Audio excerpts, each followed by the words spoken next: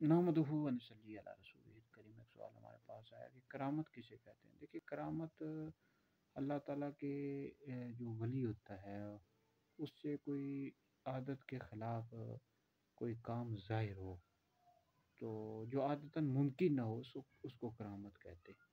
اور کرامت کا ثبوت قرآن سے بھی ہے، احادیث سے بھی ہے، اور حضرت مریم رضی اللہ تعالیٰ عنہ کا قصہ قرآن مجید میں موجود ہے۔